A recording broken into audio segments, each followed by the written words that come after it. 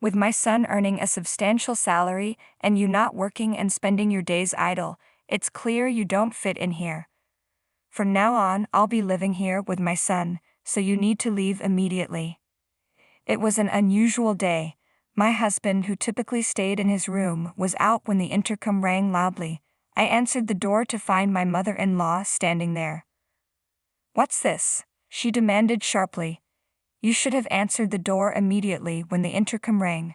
You're truly a useless wife who can't do anything right." "I'm sorry, I was working and didn't hear it," I replied, trying to explain. "Another lie," she scoffed. "I know you claim to work, but you don't do house chores and spend all day doing nothing." "It's not a lie," I insisted. "It doesn't matter whether you're busy or not," she retorted, her disdain clear. She produced a piece of paper and waved it in front of me. "Do you know what this is?" I looked at it confused. "What is it?" "These are divorce papers," she declared with a smug smile. "Filled out by my son. He doesn't want you anymore. Sign here and leave." She looked down at me with a triumphant smirk, laughing as she awaited my response. Trembling, I took the pen and signed the papers. My hand shook as I gripped the pen, my thoughts racing. My mother, unaware of my plight, was blissfully happy. She didn't know the truth of my situation. "My name is Jasmine. I work from home as a freelance writer and editor. Until a few years ago, I was employed by a publishing company, and my experience there allowed me to maintain a steady income even as a freelancer. Despite the instability of freelancing, I've managed to live comfortably, thanks to my savings and past work." I met my husband Michael while working at the publishing company. He was an aspiring writer, and despite making many mistakes and facing numerous rejections, he never gave up. His determination inspired me, and I found myself attracted to him. A few years after we started dating, we got married. I left my job to become a freelancer full-time. In the early years of our marriage, things went well. Although my freelancing career was still stabilizing and Michael was pursuing his dreams, we supported each other and shared household responsibilities and expenses. However, after 2 years of marriage, my business began to stabilize. That was when Michael started telling his in-laws that he was a successful writer. In reality, he hadn't achieved much success and had faced countless rejections. He probably wanted to reassure his parents, but it only added to the growing tensions. I was acutely aware of how much it troubled Michael to admit to his family that he was struggling as a writer. To spare him further embarrassment, I kept quiet and played along with the facade at my in-laws' house.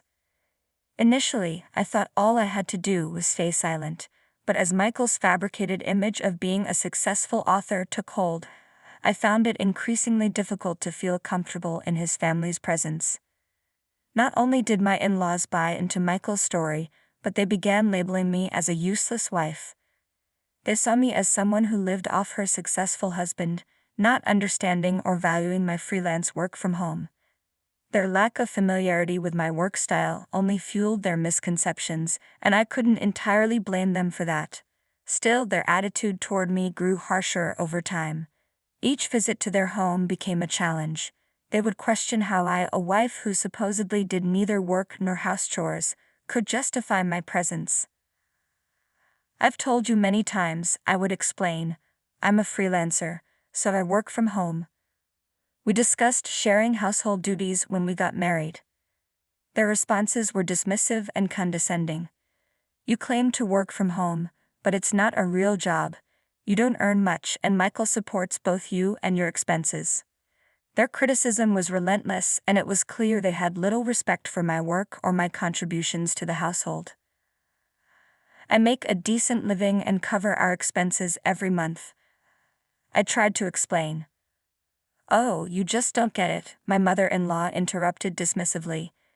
"If you don't start appreciating Michael more and showing some gratitude, I don't know how long he'll put up with you." She continued, "If Michael decides to leave you, you won't be able to support yourself." Her harsh words were relentless. I almost sighed aloud but managed to keep my frustration in check. I wanted to tell her that I handle most of the household expenses and chores while Michael, who doesn't have a job or contribute to the housework, doesn't pull his weight. But I swallowed those words too. Initially, I only faced sarcastic comments from my in-laws when Michael wasn't around. Recently, things had worsened. During a dinner invitation to their house, it became routine for them to only prepare a meal for Michael, leaving me without a seat at the table. To make matters worse, they seemed to be discussing me with our relatives, and whenever I attended family gatherings, I could sense their whispers and feel their coldness. It was clear they spoke about me behind my back. I wasn't particularly upset by my in-laws' attitude. It was more frustration that Michael seemed to just sit back and watch without making any effort to stop them. My in-laws, convinced that Michael was a successful writer, continually asked him to buy them things. Michael, eager to impress his parents, would purchase whatever they requested, even if the items in question were still perfectly usable. As a result, I found myself spending nearly $2,000 a month on them, all from the money I earned. Michael began taking money from my account and wallet without my knowledge, handing it over to his parents. At first, I turned a blind eye to the smaller amounts. When it became too much to ignore, I confronted Michael. "Michael, please don't spend my money without my permission," I said. He looked at me with irritation. "You work from home and have an easy job, don't you? It's like you're just playing around and getting paid for it. If you earn money so easily, why not spend a little on my mother? Don't be so stingy. Is that how you see my job?" I asked, hurt. "Yes, it's a job where I stay home, but it's not as easy as you think." Michael scoffed, dismissing my concerns. "I think it's an easy job because you're home all day," he said, laughing as he walked away, heading to his room. Watching him retreat, I realized that I had reached my breaking point. I couldn't endure any more of this. I would divorce him. I had always believed that Michael was on my side, despite what his parents said. I tried my best to support him, but even he was mocking me. I knew he spent hours in his room, but he never wrote a single word of his manuscript. Instead, he played computer games all day. When I first met Michael, he was incredibly dedicated to his work, passionate about writing something truly captivating. But now that determined Michael seems to be a distant memory. Instead, I see only the man who, along with his in-laws, mocks me. I decided to start looking for a single-person apartment quietly. As I searched for a new place, I gradually packed up my belongings, preparing to leave at a moment's notice. Not long after, I found an apartment I liked and had already seen it. One day, while Michael was out, my mother-in-law showed up at our house unannounced. She rang the intercom with enthusiasm and made herself at home, sitting down on the sofa in the living room, as if it were her own.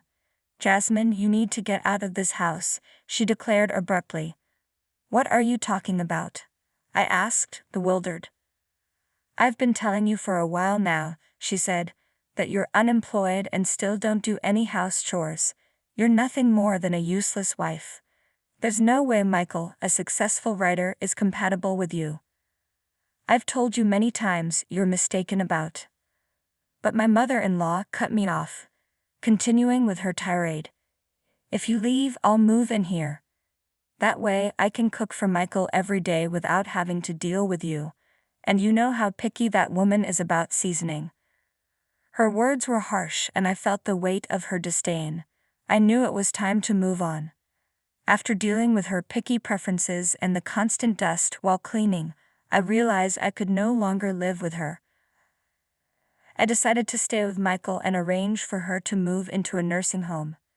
"How are you going to pay for a nursing home?" my mother-in-law asked. "I'll have Michael cover the expenses," I said. "He's earning a good income, so it shouldn't be a big deal for him." "You're getting in my way. Just get out of here," she snapped. With that, she handed me a set of filled-out divorce papers.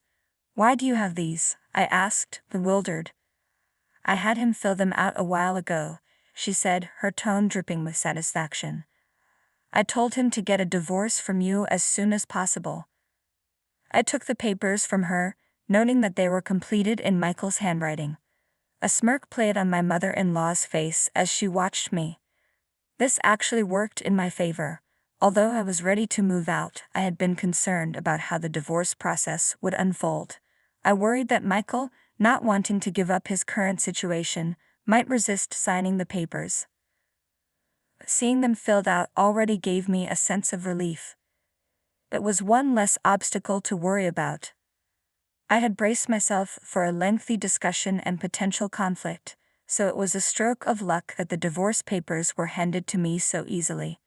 My mother-in-law seemed a bit taken aback by how quickly I signed the papers, but she soon composed herself and took on her usual stance. "Now get out of here," she demanded. "Leave the furniture behind. Everything was bought with Michael's money, so you can't take anything with you." She laughed, clearly pleased with herself. I packed up my belongings swiftly and moved into the new apartment. On my way, I filed the divorce papers at the municipal office, marking the beginning of my new, independent life. I was pleasantly surprised at how peaceful and undisturbed it was to live alone.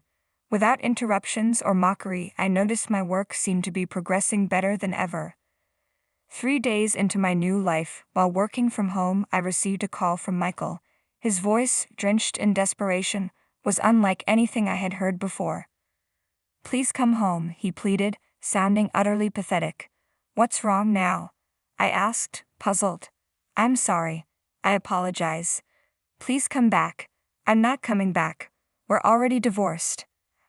"I never agreed to the divorce. That doesn't count. Those divorce papers were just a threat. I didn't mean to actually divorce you. But you signed them. It's done. You don't need a wife who just plays around all day, works an easy job, and doesn't handle any of the house chores. You're living with the family you love so much now. What's the problem?"